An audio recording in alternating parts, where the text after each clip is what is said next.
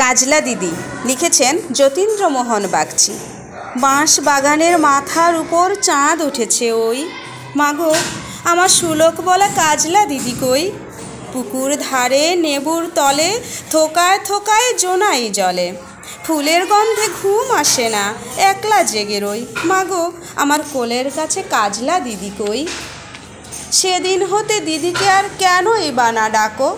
দিদির কথায় আঁচল দিয়ে মুখটি কেন ঢাকো? খাবার খেতে আসি যখন দিদি বলে ডাকি তখন, ও ঘর থেকে কেন মা আর দিদি আসে না কো?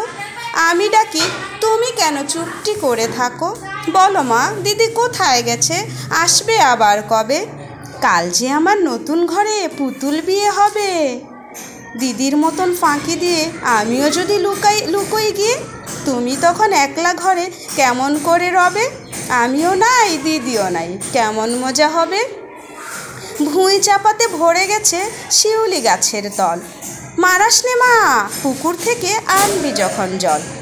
ডালিম গাছের ডালের ফাঁকে বুলবুলিটি লুকিয়ে থাকে, দিস না তারে উড়িয়ে মাগো ছিঁড়তে গিয়ে ফল।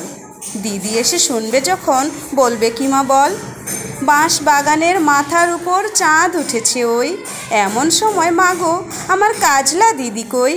বেড়ার ধারে পুকুর পাড়ে ঝিঁঝি ডাকে ঝোপে ঝাড়ে, লেবুর গন্ধে ঘুম আসে না, তাই তো জেগে রই, রাত হলো যে, মাগো আমার কাজলা দিদি কই? কেমন হয়েছে?